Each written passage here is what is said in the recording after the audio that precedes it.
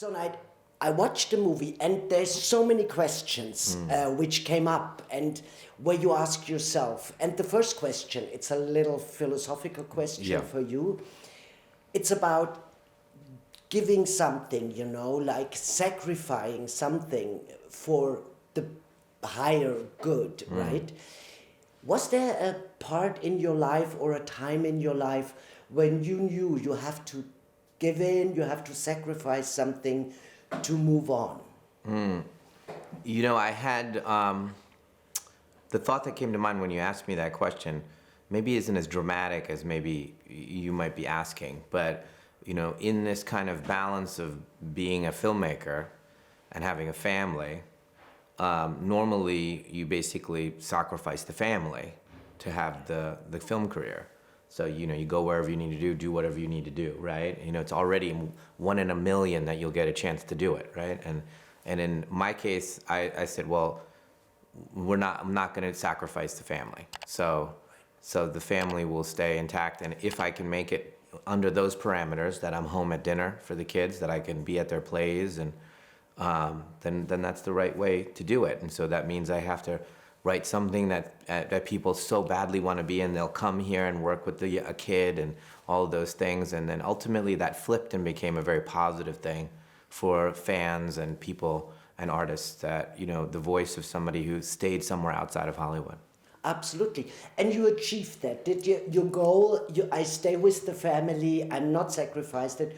Could you achieve that goal? Yeah, essentially I was sacrificing the easier road to get to some kind of place where I could make movies. In the beginning, I would have done anything, right? If they hired me to do anything, I would have done anything, right? And I didn't know anybody. They didn't know me. I'm not on their minds. I can't go to meetings every day. I have to fly out and spend my own money and sit in a hotel and try to meet 2-3 people that don't know anything about me.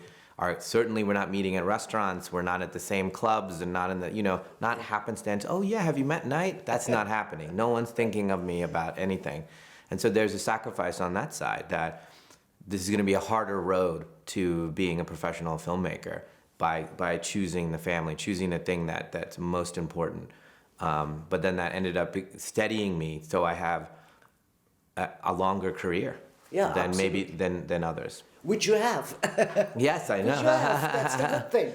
So, Knight, and then also your personal approach to the story, What was the interest behind it? What was important for you to emphasize? Yeah, I love the impossible question of it all. The idea of somebody asks you something, and first of all, are they crazy? Do we believe? The movie is really about, every single scene is about whether we believe each other, these strangers, whether we believe our spouses or our family members, and whether we believe in society. And this question at the center of it is so profoundly emotional that it drew me as I thought about it, because I was thinking, could I get these people to make a decision? Could I get these characters to actually consider this, if it's possible? And that was a really beautiful writing challenge. It was lovely. And I suppose I think we even talked about that, you're a very spiritual person. Mm-hmm. And you have your own kind of belief in what you believe. Where do you take the energy from, from your spiritual world?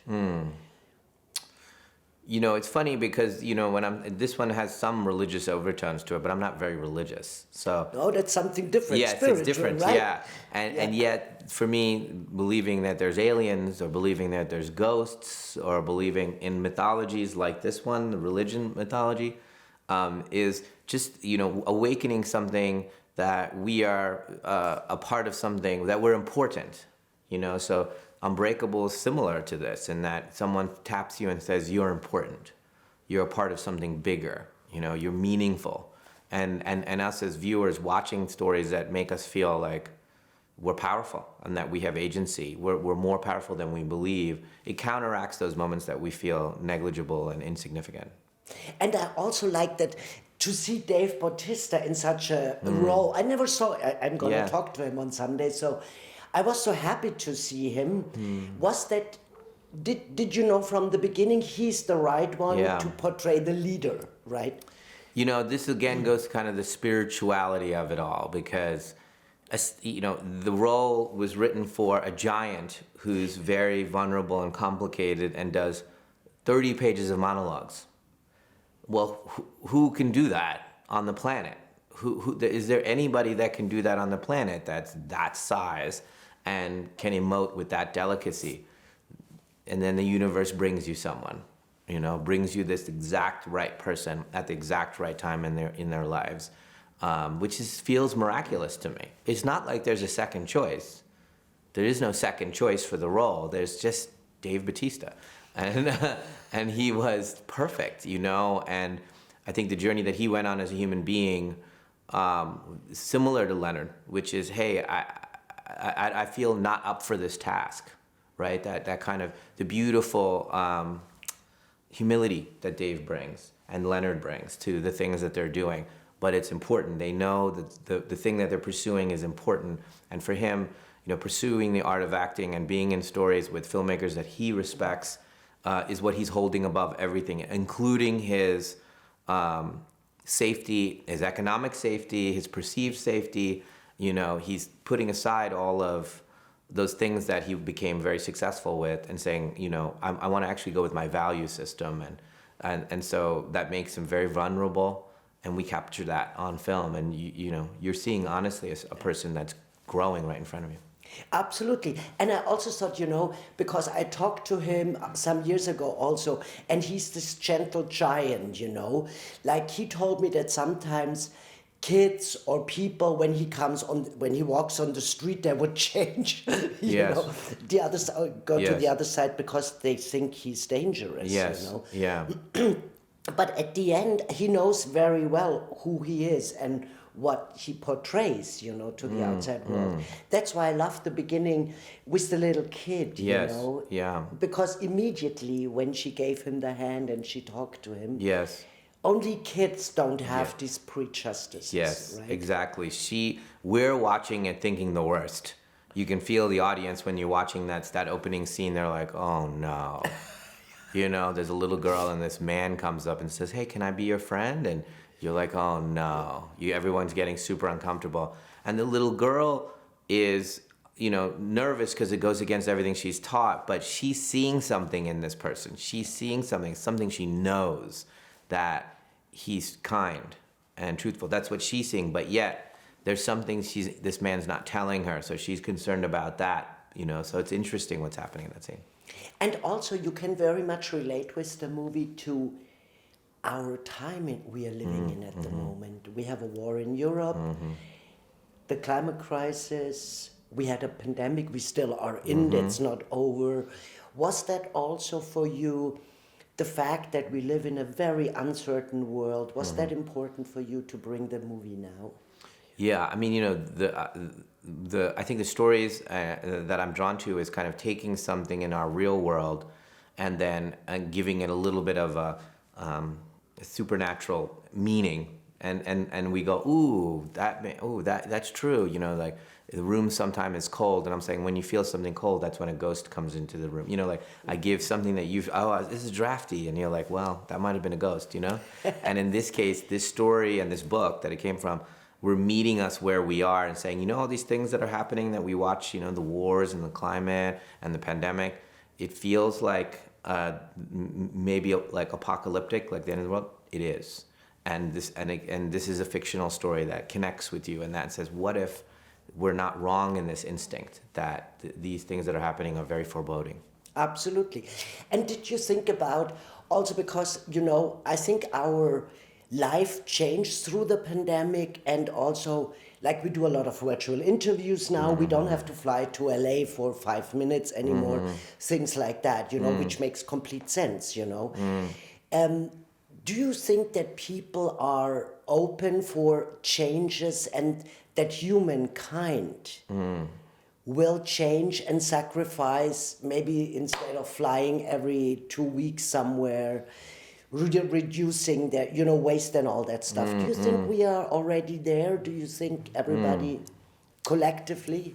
Yeah, I had so many thoughts when you were talking. Obviously, complex answer to that question, but the irony, I think, of the movie, I may not be answering your question directly, so forgive me, but you know, the irony of the movie is a family goes away to get away from everyone, right? They're going to be on vacation, so away from the connections, away from all the obligations of being talking to people and all that stuff. And then when something goes wrong, the first thing they want is everyone. Right. Hey, everyone help. Yeah. But there's no one there to help them, and now they wish they weren't alone. And also, technology is isolating us, which is super unhealthy, because we don't have to leave. We don't need to be with anybody anymore.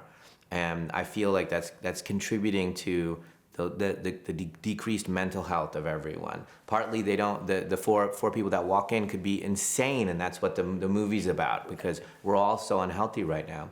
And then the pandemic as well doubled down on that and said, hey, everybody's dangerous to you, so stay alone. And so that combined for a possible future where we could all live separate existences, which I think is a kind of apocalypse. Yeah, and I thought also in the beginning, I thought, oh my God, they're crazy people, you know, they just go out on a spree to kill. Yes. Till I understood, oh no, they have a message, they need somebody to say, till I understood. So, yeah, I mean, that was part of the story, because Yeah. there's a real part of the story throughout the whole thing, all the way through the end. You're not, you know, you should be thinking about whether they're telling the truth or not.